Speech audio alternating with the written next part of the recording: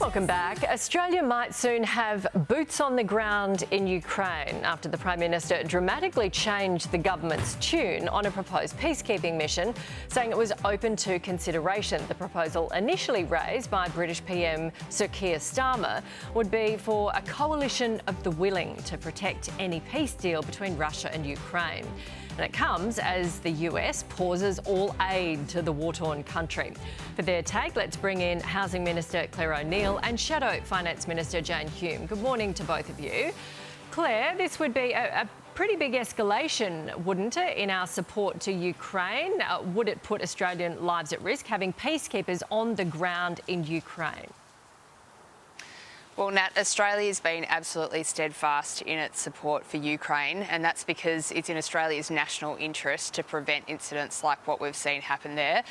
Just remind your viewers, this is an absolutely brutal, almost totalitarian regime that has violently invaded a peaceful, democratic country, and Australia does not want to live in that world. So you've seen our government commit $1.5 billion in various types of support to Ukraine. What the Prime Minister has said is that if a request is incoming for peacekeepers, he'll consider that request. But I would say to your viewers at home, this is not a remote and meaningless war to our country. It's actually very important to the way the world operates. Would we be going against the US by sending peacekeepers in, Clare? Well, Nat, I'd just say again, I think we're jumping the gun a little bit here. We haven't had a request from Ukraine or from Europe to do anything about that. And what the PM has just pointed to is this history of Australia's steadfast support for Ukraine having been under attack in the way that they have been. He'll consider a request if it comes through, and that's where we are right now. OK, Jane. Peter Dutton has said he's against sending boots on the ground. Does that mean he's against peacekeepers? Well, he's against sending troops directly to Ukraine. Obviously, our support for Ukraine has been unequivocal from day one. You'll recall we sent Bushmasters, we've also sent drones, we've done training with Ukraine troops. In fact, we're the largest supporter of the Ukraine outside of the NATO alliance, but Peter Dutton has said that it really is NATO's responsibility to put those boots on the ground if that's what's requested. And Claire's right, the request hasn't been made. The most important thing, though, is Australia stands shoulder to shoulder with Ukraine against this aggressive and immoral invasion by Russia. So is Dutton and Anthony Albanese really on the same page with the peacekeepers? Dutton may support peacekeepers in Ukraine. Well, I'm not sure exactly what it is that the Prime Minister has committed us to, but Peter Dutton has been very clear that we think this is NATO's responsibility to put troops on the ground.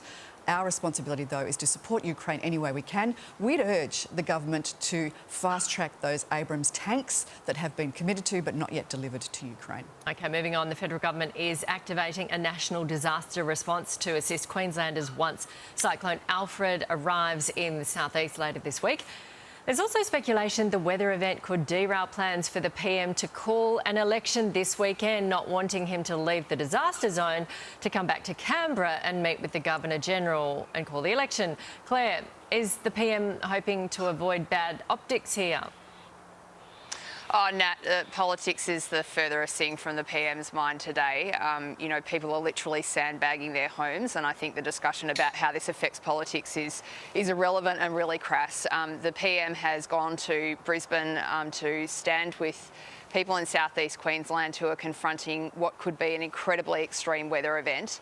Unfortunately, we've gotten pretty good at this as a country. I mean, I just say unfortunately because having a lot of natural disasters isn't a good thing, but we do have really good arrangements in place. And I've got to say we've got a federal Labor government, we've got a Liberal government in Queensland. All of that is put aside at moments like this. The PM's there in Queensland. We're working together already to try to protect Queenslanders and people in northern New South Wales. And all we care about right now is the safety and the preservation of property for people who are affected by this event. Yeah, you're right. Look, there are 4 million people in the way. Hundreds of thousands of sandbags are going out. The election has to be held. Then it's a numbers game, isn't it, Jane? And if he doesn't call it this weekend, then it will run into Easter, Anzac Day. Do you think this is a consideration? Well, potentially the consideration for the Prime Minister will also be whether he has to deliver a budget. If he doesn't call it this weekend, he does have to do that.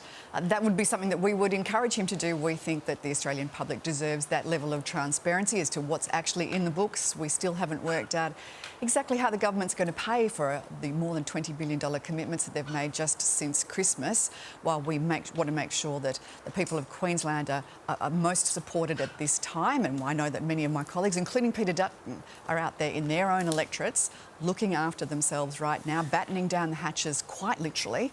In the meantime, the Prime Minister should probably be concentrating on not just supporting the Queenslanders, but whether it is he's going to deliver a budget. That's what we'd like to see. We'd call on him to do that. Which has changed a bit because you now want him to delay the election. You're wanting him to bring it forward. But... Well, we would like transparency for the Australian people. We know that that the government is considering delivering an economic statement rather than a budget. That doesn't have the same level of transparency, the same responsibilities for the Charter of Budget Honesty. That's why we think we should go to a budget, so we understand exactly what it is that this government's going to leave us with. OK. We thank you both. We'll see you next week. And you're right, our thoughts are with the people of Queensland today.